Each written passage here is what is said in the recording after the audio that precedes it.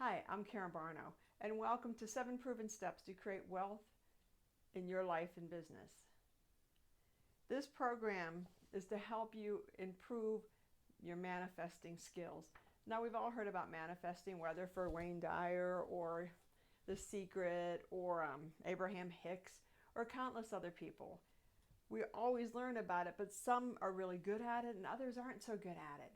And I couldn't figure out why I wasn't good at it until I realized words have such power. You know, whatever you say, the universe delivers. And I think sometimes we lose sight of that. So we sit and we say, gosh, I wish I had this, or I wish I had that. But that's all we do. We sit and wish. We don't take action. We don't develop a plan. We just sit and wish. So this program will kind of help you move along that process. Because when you change your language, you'll change your thinking.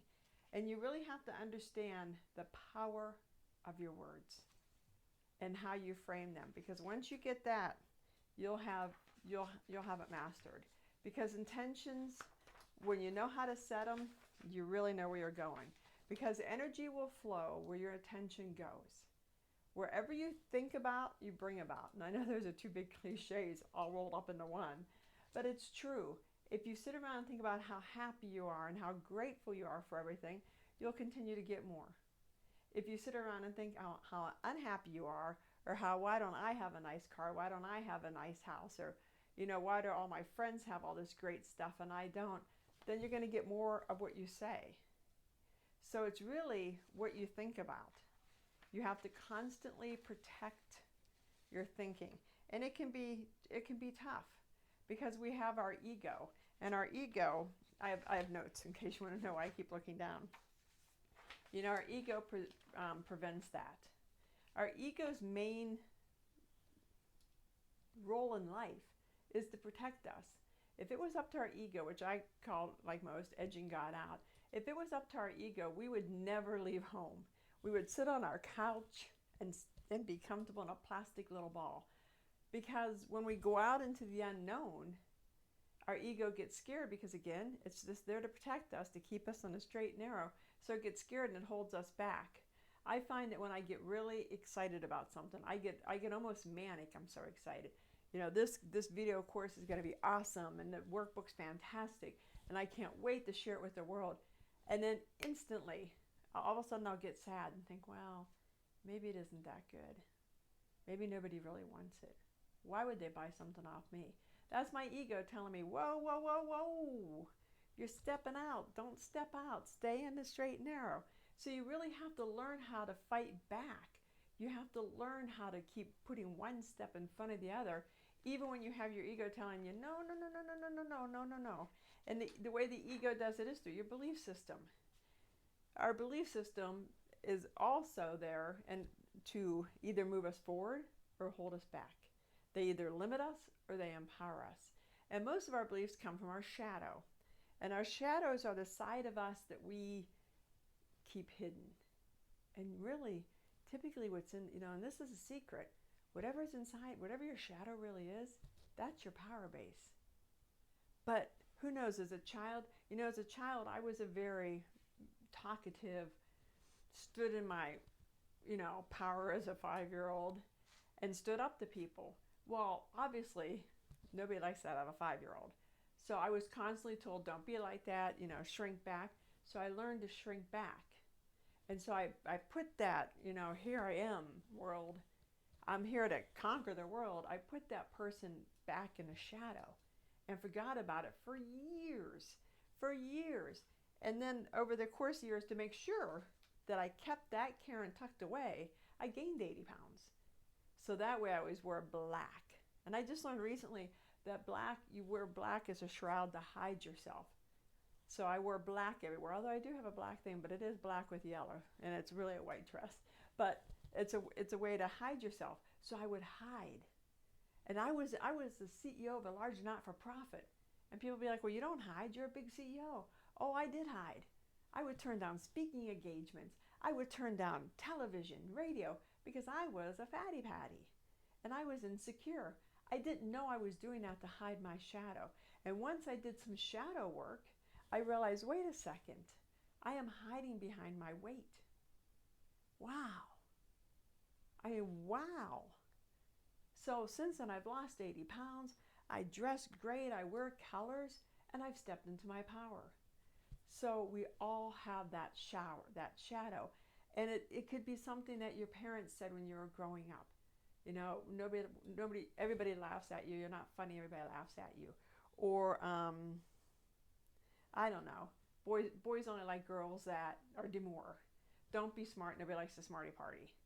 You know, any of that stuff. Teachers. Could have came from a teacher who said, quit raising your hand. Nobody likes to know it all.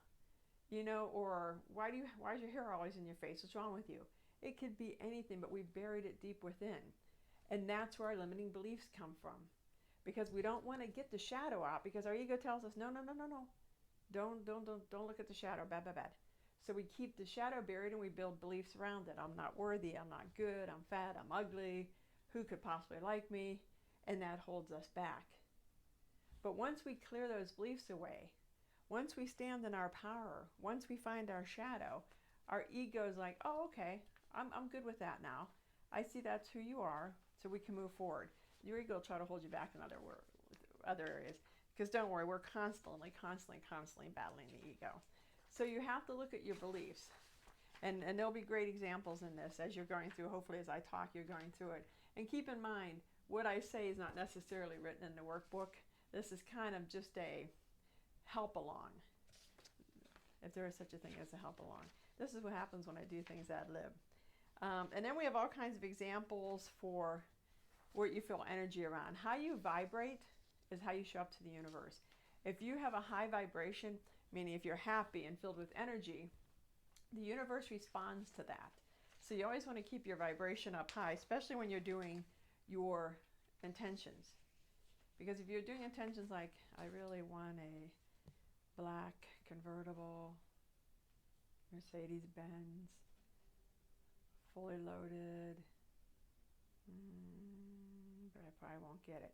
Or you say, you know what, I want a 2017 fully loaded black convertible Mercedes-Benz, and that's going to be parked outside my summer home in Laguna Beach on Thalia Avenue, where I go spend every summer there, where I work on writing books. And you get excited and you look at your vision board that you have posted and you see all your visions, you're vibrating high. And as you're vibrating high, all the energetic energy, all the universal energy is flowing down to you, and it too is vibrating high, and you'll find that you'll get more than what you want. Also, be grateful. Be grateful for everything you have. I used to have, oh my gosh, the biggest piece of crap car ever. It was 9-10 years old.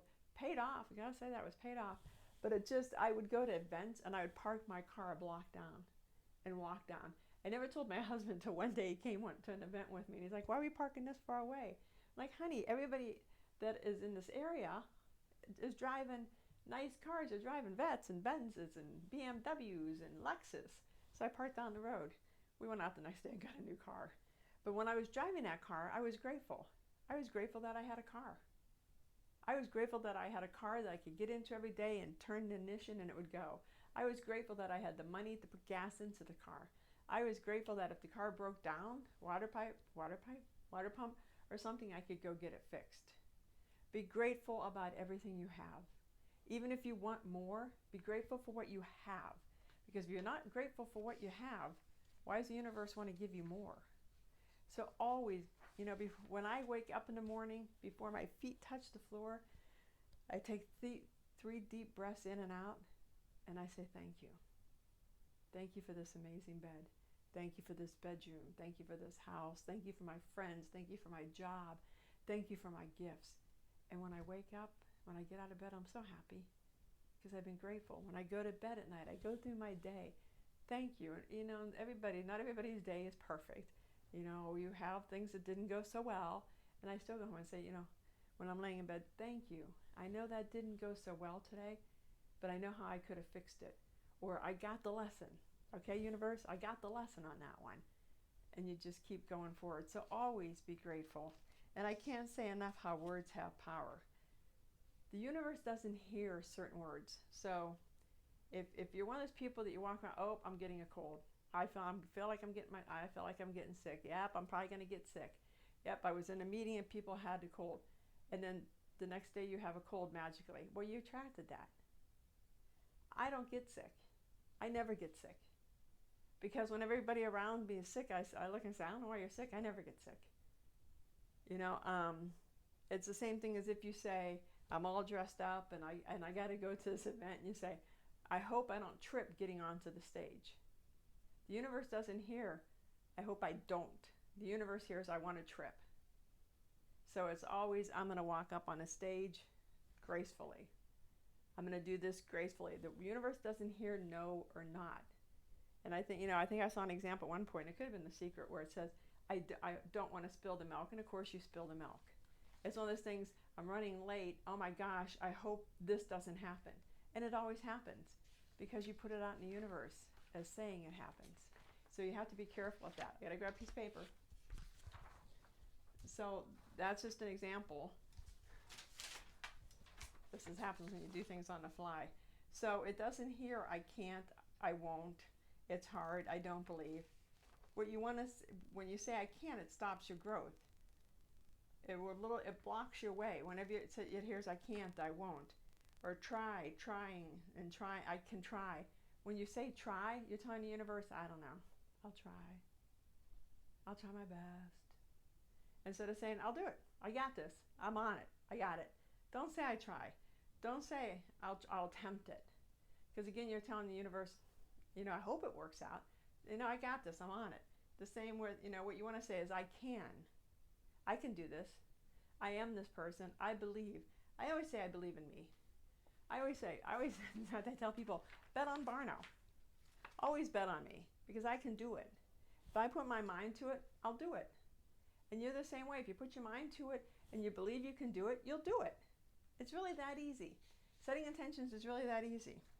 So some of the questions on the test would be the first one. We'll just go over the first one. Choose the one that works the best. A, I intend to get a new car. B, I want a new car. C, I intend that I have a new car now. Or D, all the above. It is C, I intend to have a new car now. Because the universe wants to know what time you're working in.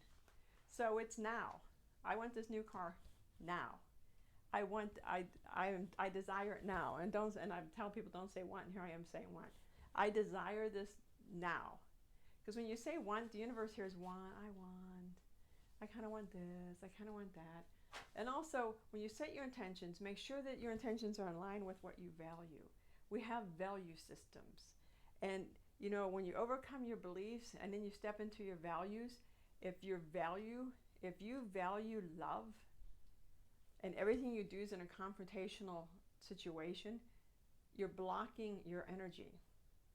If you value friends, but you never go out and make any, you're blocking universal energy. If you value freedom, I love freedom. I have to have freedom to do what I want to do. So I must have that. So I have to have a job that will give me freedom. So working a 9-to-5 job is not my thing. Working a job where I have to clock in and stay in a chair for 8 hours, clock out for a half-hour lunch and clock back in, is not my thing. I have to have jobs where I have freedom. And I was in the Air Force. When I was in the Air Force, I was a medic. I had freedom, believe it or not, because although you had certain things you had to do, along the line things would change. So there's always schedule interruptions, always emergencies, which I loved. So know what your values are. And this ebook is going to help you out.